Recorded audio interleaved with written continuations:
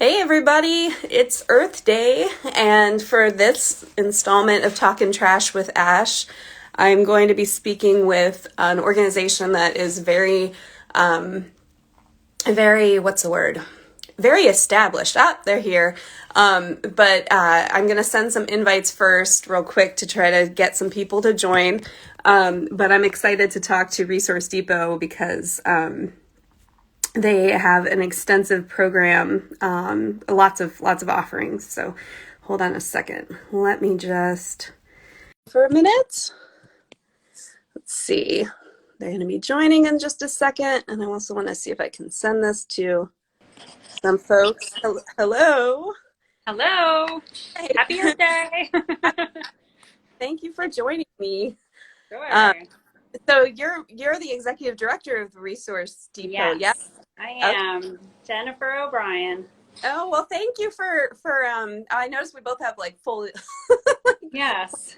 I'm in my that. garden. Not really. That's It great. works. Um, Let me just real quick, sorry to do this. I was gonna try to send some invites to creative reuse centers that are online. Hold on just a second. I think it sometimes sends automatically, but just in case. Um, okay. Yeah, so I guess we could get started now if you want. Sure. Well, if you want to wait too, that's okay. That's all right. I'll just see if I can get any more. I think I sent all of these already. Okay. Yeah, no, let's just go ahead and get Okay. started. I want to be Sounds oh, good. hello from Massachusetts. Thank you for watching. Affordably Crafty. Um, before I start with the questions about reuse, I have a little icebreaker thing where I ask a couple of silly questions. Okay. Um, so they're this or that questions. So I'll get started with that first. Okay. So are you a tea or coffee person? Coffee. Coffee. Very strong, dark coffee. I do like cream and some. I use Splenda or stevia, but coffee for sure. Tea Yeah. isn't strong enough. Yeah, I know. It's funny because everybody I've interviewed so far who run creative reuse centers, they're all coffee drinkers. So that's great. Yes. Need a lot of Um, energy. yeah.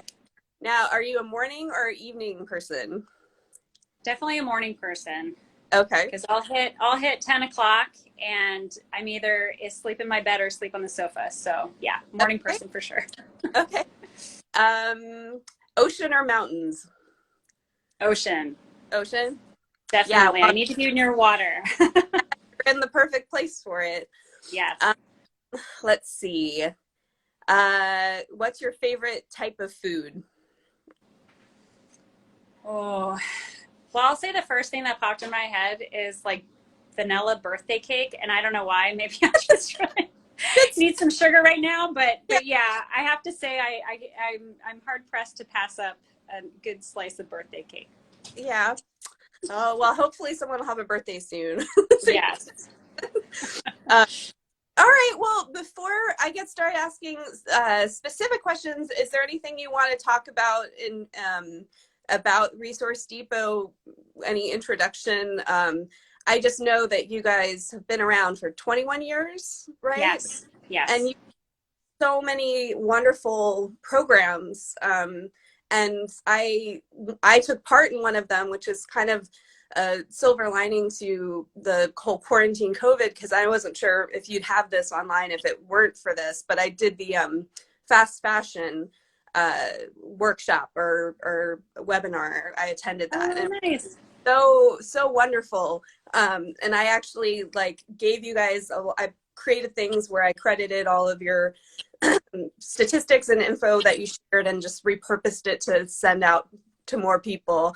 But I've just been really impressed by everything that you offer. So Oh, thanks. Yeah. Well, as you said, like the organization's been around for 21 years, and I've been with the organization as director for probably, like, so, whoops, oh, whoops, I'm I'm back. sorry. Okay. Nine, that's okay. So I'll say I've been with the organization for 9 going on 10 years of the 21. And I'd have to say in that time, we've really just grown exponentially, partly because I think our messaging isn't more relevant than it is now, truly, with everything going on in the world. And I think people are really deciding what's essential when they had to pause because of the pandemic. I mean, when else has the world really literally come to a screeching halt over the same thing? So I think that that's just something that we've been able to reflect on with our community and a broader community of what's really essential. So we, moving into our 21st year, have a movement called Enough is Enough. It's ENF. That kind of stands for figuring out what's enough for you, enough with the excess, enough with the single use consumerism, and just starting to think about what's really enough for me, what's enough for my community, and if I have a lot, what can I do to share that with those that don't have enough? So that's our messaging that we're kind of pushing out, and we're encouraging people to join our cause. It's not just ours, it's everybody's. And so if you go to our website, you can download our Enough playbook that kind of gives you tips and strategies, and we have some nice graphics that we would love for you to share, because we kind of like this, it just to start showing up places and people wondering what's that all about, and then it gives you an opportunity to talk about how you live and what's important to you. I was going to suggest that people go check out the download, because I was looking at that, and it's very, very helpful, and lots of interesting questions and prompts and things to think about. So so this weekend, and before I keep thinking of things before we get to the other questions I sent. This weekend, you have a lot going on. You have free fashion weekend going on. And that's sort of tied into Earth Day, maybe, or no? Well, yeah, today we're kicking off our first ever real true fundraising campaign called Love Your Mama. And just everybody, we encourage you to give Mama Earth a little bit of love and maybe some green to Resource Depot. That'd be really nice. Yes. But yeah, our weekend is really kind of centered around an annual program that we do each year with our local middle school and high school students called Catwalk Fashion, Student Fashion Show. So we've been working with a group of students since about February to create fashions made out of some of the materials you might find at our Creative Reuse Center. And our theme this year is in the garden. In fact, this is like part of the backdrop for it. That's why I have this nice green screen, literally green screen. Right. So the kids will be walking the runway this Friday. And because we were talking a little bit, we don't normally take clothing as a reuse center. We let other reuse centers do that. We felt though it was still important to talk about the wastefulness that is in the fashion industry in our own way. So tying that into Catwalk, we decided to have a clothing exchange, and this is our first ever attempt at it. Yeah. So we've been sorting and folding and hanging clothes for the last couple weeks, getting ready we have a preview party on Friday right before the Catwalk, and then on Saturday we kind of have a fill-a-bag event. So you can come, and the idea is that we're encouraging people to buy reused first and look to share again, instead of using up natural resources, by supporting all this fast fashion where styles change every week and there's 52 seasons of clothing instead of the normal 4 as it used to be. So that's kind of where we're doing, and of course it ties into our Enough messaging as well. So this hopefully will be an annual event, because it's been a lot of fun to put together. So we're excited for people to join us. And then we also have our Makers Market. We do a quarterly Makers Market where we invite local artisans to come and give them a platform to show what they do to the community and celebrate that. So we have that going on as well. So yeah, a lot to do at Resource Depot this weekend. Right. So do you, if someone were a maker and they have to use repurposed materials, then? Well, we encourage it, but really I think anybody that, supporting your local economy of makers, I think is really important. Because you're connecting to the making of the item. You're really realizing that what resources and time goes into making things, and so we want to honor that. I think sometimes artists get kind of a bum rap for why can't you make this thing for really little amount of money, because they're used to big corporations doing that, and having a handmade item by someone that in your community is a real precious thing. So we want to support that. Oh, that's wonderful. One of the things I learned from your webinar that I thought didn't even occur to me is that the effect of fast fashion has started reducing the number of people who, like in Japan, where they are, like families have passed down the art of making kimonos, and there's like 2 families now, and there used to be hundreds, and because of everything so mass produced that it's affecting, that aspect as well. I Right. didn't even think of that. Um, Right. so how did you, so you said you've been there for 9, 10 years now? Going on 10. Feels like a That's long time. like, like half the time that it's been in Yeah. existence. How did you come upon working there, and have you always been interested in reuse? Well, my degree is in art education, and so I'm originally from Pennsylvania, and so I taught a little bit up there. My husband and I moved down to Florida soon after we were married, and was just ready to try something different. I didn't first come to Resource Depot. I ended up at a local art center here and kind of learned the ropes in nonprofits. That was my first experience really being in a nonprofit, and I think that really connects to who I am and what I value as a person. Just giving back. Of course, that fueled the art part of me. I'm a collage artist, so I've always been interested in found objects and fun things and the history of things in making. And so I think that's kind of what led me down the path to discover Resource Depot. So I was a teaching artist with Resource Depot before actually joining the board. And then Wow. the previous director was going to retire. And my first thought was, I want that job. That's perfect for me. So the rest is history. Oh, that's amazing. That's awesome. That's wonderful. Excuse me. So what kinds of things do you do day to day, or is it just always changing? Well, we're kind of a small and mighty little force of nature here at Resource Yeah, Depot. Our staff, they're just amazing, and so we wear a lot of hats. So right. I'm not only the director, but I'm the HR manager and the finance person and the fund development person, and sometimes I clean the toilets, and that's just what Right. happens. So yeah, I mean, we wear a lot of hats. I think really what's fun for me at this point in my career here is really being able to push um, the collective vision that we have for the organization moving forward, and being able to be really creative in how I do that too. I have a really supportive board and advisory council that really give me what I need to kind of keep moving. And so I've been really fortunate for that. But yeah, I mean, we just do it all. I mean, I'm folding clothes today, but I'm going to take some donations in probably later and helps hang Right. some things in the gallery. So no day is the same, which is fun. Right. Right. Oh, that's good. So as far as with everything with the pandemic and quarantine and stuff, how has that affected Resource Depot? Like, how have you had to adapt? Yeah, well, so we've been in West Palm since about 2013, and so we were just on the other side of the building that we're currently in. And landlord changed hands, so we were able to move to the other side with a newly renovated space with air conditioning. And if you're in Florida, you understand how important that Yeah. is. So we had kind of a really quick move, a relocation literally just next door that we had to do, and then we were open for about a month and a half, and then we closed Wow. for COVID, and we were closed from about mid-March to about Memorial Day, and then we slowly started to open up for shopping and donations by reservation. And I think during that time of being home, like I mentioned the pause before, it really allowed us to reflect and do some future thinking and planning. Because, when you're in the day to day, you're just moving from next thing to next thing. You're thinking about next week, maybe not next month or next year.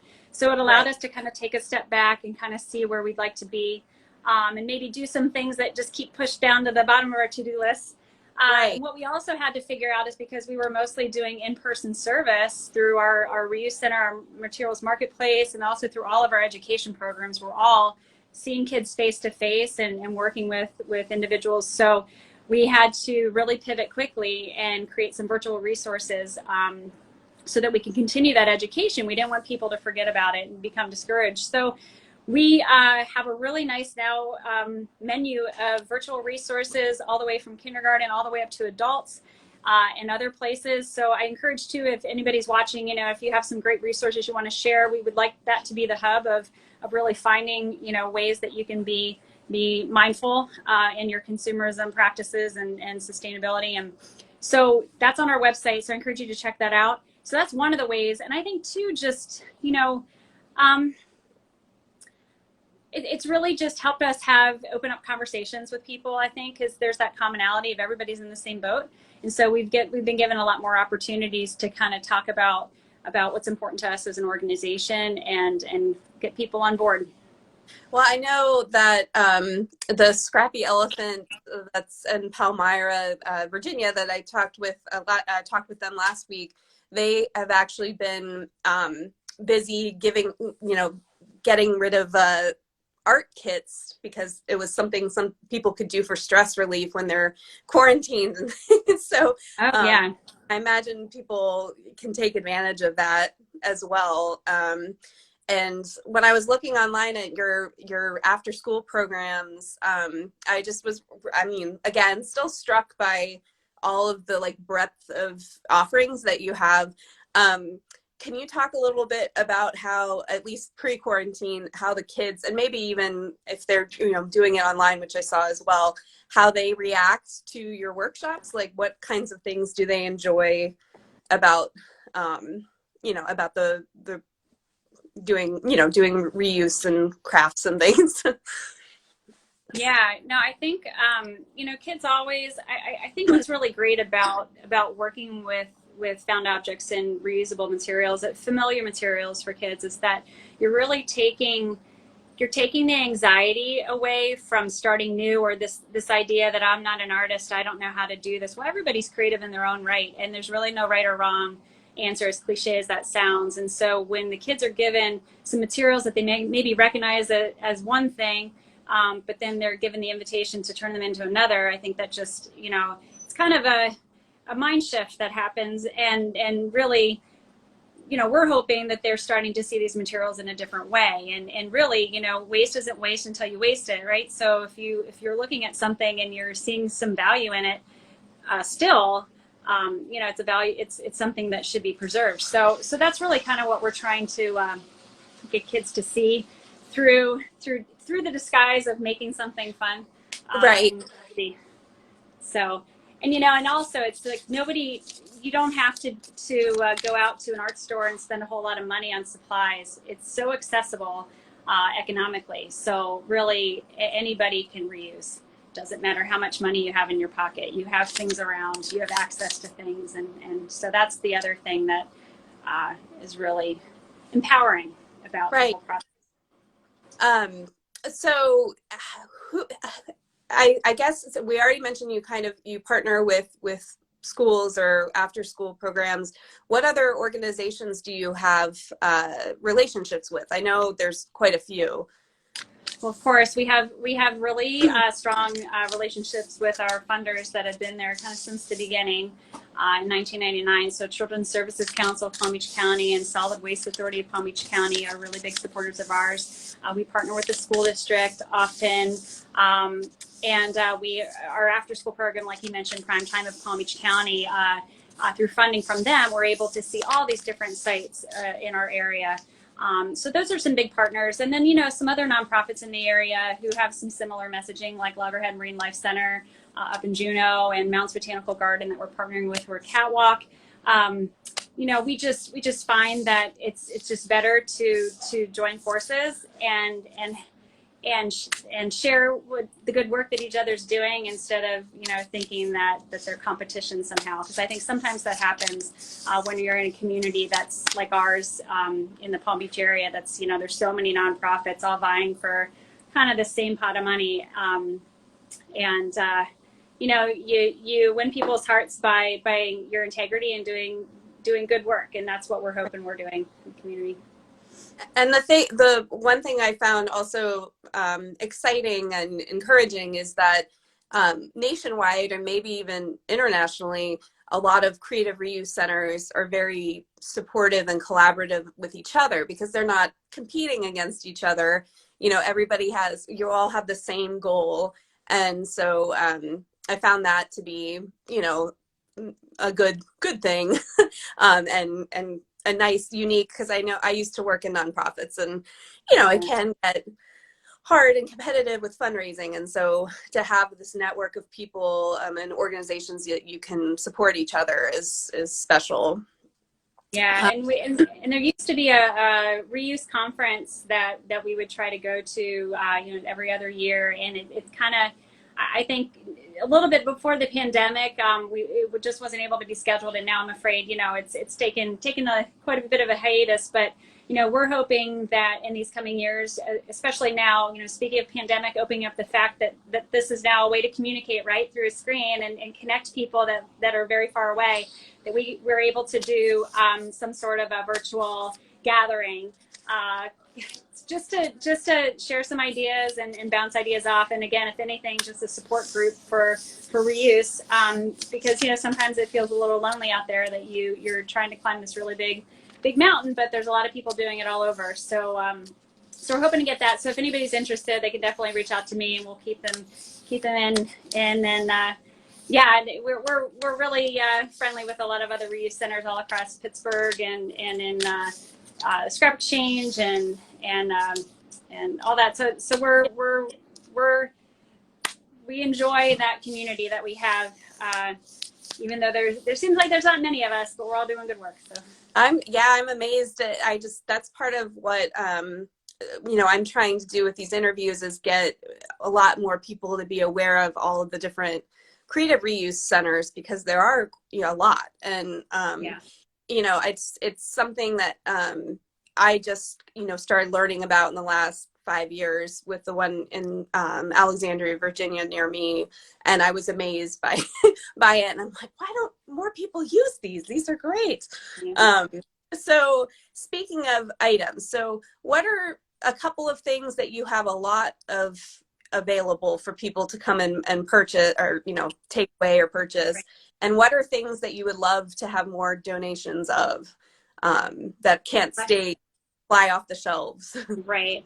Well, I think, any arts and craft supplies, again, because, there's so much out there, and there's so much well-intended people of doing these projects, and then they just end up, for whatever reason, not having a chance to do them, and passing that on to somebody else who has the time or interest is a real blessing. But I think, we really like, I have to say, yeah, I mean, the arts and craft supplies for sure. And I know that's a very broad category, but we get some really unusual things. I'm like doing a mental walk through our place right now. I mean, right now we have some mannequin legs that have been decoupaged, and for some reason they're attached to shoe boxes, so they're supposed to stand up straight. I don't know for whatever reason, but if you're looking for something like that, we have them right now in our marketplace. So come on by. So yeah, just like that weird stuff. But where else are you going to find mannequin legs these days? So I mean, that's kind of what we're for, is all that really unusual things that are just cool and that can be transformed into something else. We get a lot of fabric and notions, buttons and zippers and ribbon and things. Of course, office supplies. We get carpet squares from some of our designers. So it runs a gamut, but like the use of those could be very, very, like widely varied. So carpet square might be now a seat for a preschooler, but like I have a few in my house that I use. I don't buy like entry rugs or anything. I just use a carpet square. So there's just a lot of different applications for what we have. But yeah, I mean, we just want things to be inspiring. So I think we are looking for those really unusual things and really encouraging people to look at their trash differently, because you'd be surprised how many people, like, they're like, oh, you wouldn't want this. And it'd be like, no, oh, are you kidding? Like, of course we want this item. So I think it's just, showing people the potential in their trash. Right. For anybody who's watching that or thinking about what could I do with mannequin parts, I am part of this group, this Facebook group that's repurposed like ideas, and someone took a mannequin from a thrift store and took tiny pieces of mirror and covered the whole mannequin in mirror, and then like weatherproofed it, and now it's like a statue in their garden.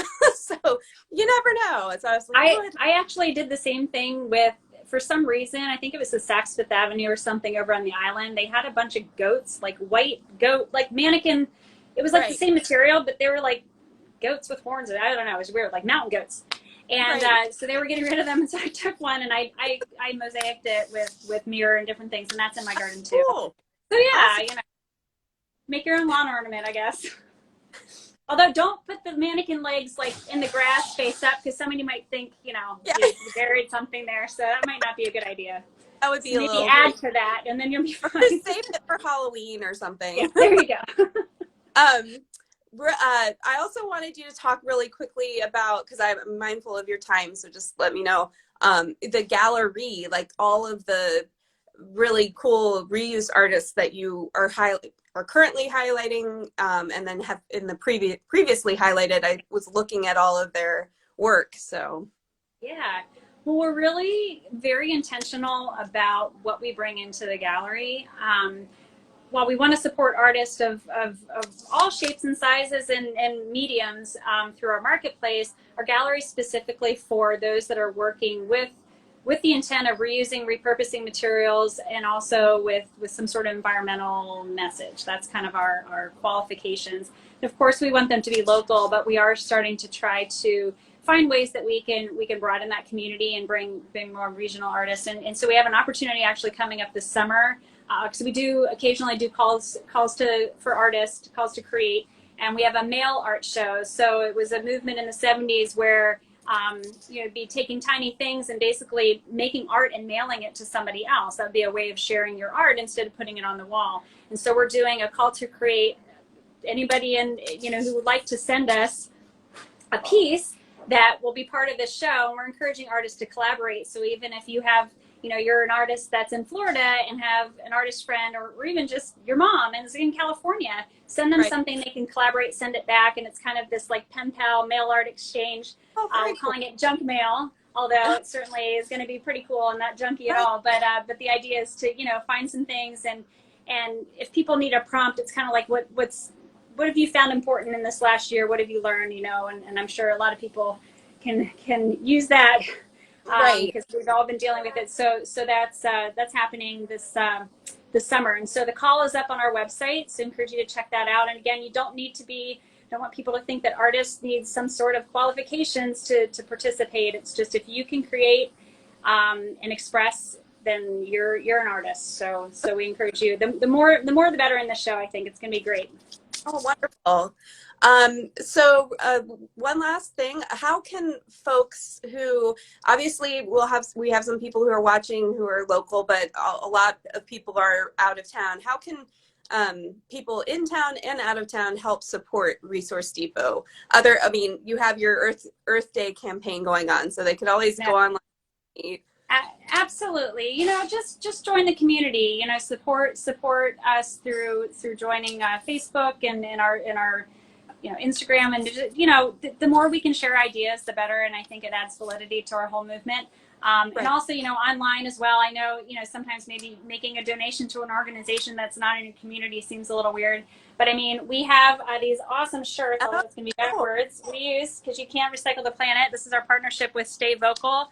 Alex Eves, who does these awesome collaborations with nonprofits and others about the whole messaging of reuse. And so we have these for sale on our website too. So on our online store. So I know I have a lot of reuse pals on the line right now. So you need one of these shirts.